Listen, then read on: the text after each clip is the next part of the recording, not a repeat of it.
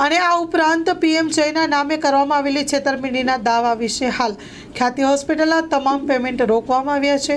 આ સિવાય તપાસ દરમિયાન જો કોઈ નક્કર પુરાવા સામે આવશે અને કૌભાંડ સાચું હોવાની જાણ થશે તો પેનલ્ટી સહિતની દંડનાત્મક કાર્યવાહી પણ કરવામાં આવશે। ગાંધીધામમાં નોકરી આપવાના બહાને ઠગાઈ। ગાંધીધામમાં પોતાને સરકારી કર્મી ગણાવી તલાટીની નોકરી અપાવવાના બહાને ₹65,000ની ઠગાઈ। ગાંધીનગરમાં મહેસૂલ વિભાગમાં નોકરી કરતો હોવાની ઓળખ આપીને દ્વારકાના એક ગઠિયાએ ગાંધીધામમાં રહેતા શ્રમજીવીની દીકરીને તલાટીની નોકરીએ લગાડી દેવાનું કહીને ₹65,000 પડાવી લીધા છે। બનાવ અંગે મહેશ્વરીનગરમાં રહેતા કાનજી મહેશ્વરીએ દ્વારકાના દીપક પટેલ નામના શખ્સ સામે ગાંધીધામ એ ડિવિઝન પોલીસ મથકે ફરિયાદ નોંધાવી છે।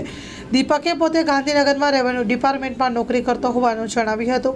ગત વર્ષે તલાટી કમ મંત્રીની ભરતીની જાહેરાત બહાર પડતા કાનજીએ તેમની સૌથી મોટી દીકરી શારદાને તલાટીની નોકરીમાં લગાડવા માટે દીપકનો સંપર્ક કરેલો। દીપકે નોકરી લગાડવા માટે 3 થી 4 લાખ આપવા પડશે તેમ કહીને ટુકડે ટુકડે રૂપિયા આપવા જણાવ્યું। કાનજીએ દીપકને કોન્ટેક્ટ કરતા ચિંતા ના કરો, નોકરીનું થઈ જશે સાહેબો, સેટિંગ ચાલુ છે એવું કહીને ઠાલા વાયદા કરેલા। ત્યારબાદ તેનો મોબાઈલ બંધ થઈ ગયો। આજ દિન સુધી ફરી શરૂ થયો નથી। લોન પર ફોન 15 વર્ષ જૂનું ગુરુ મોબાઈલ એન્ડ ઇલેક્ટ્રોનિક્સ। દરેક કંપનીના જૂના અને નવા મોબાઈલ લોન ઉપર મળશે અને ઇલેક્ટ્રોનિક્સ આઇટમો ફ્રીજ, ટીવી, વોશિંગ મશીન।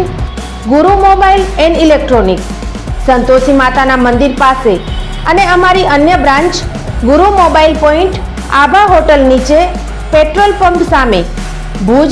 તો મેળવો લોન પે ફોન અને તમામ ઇલેક્ટ્રોનિક્સ એપ્લાયન્સીસ।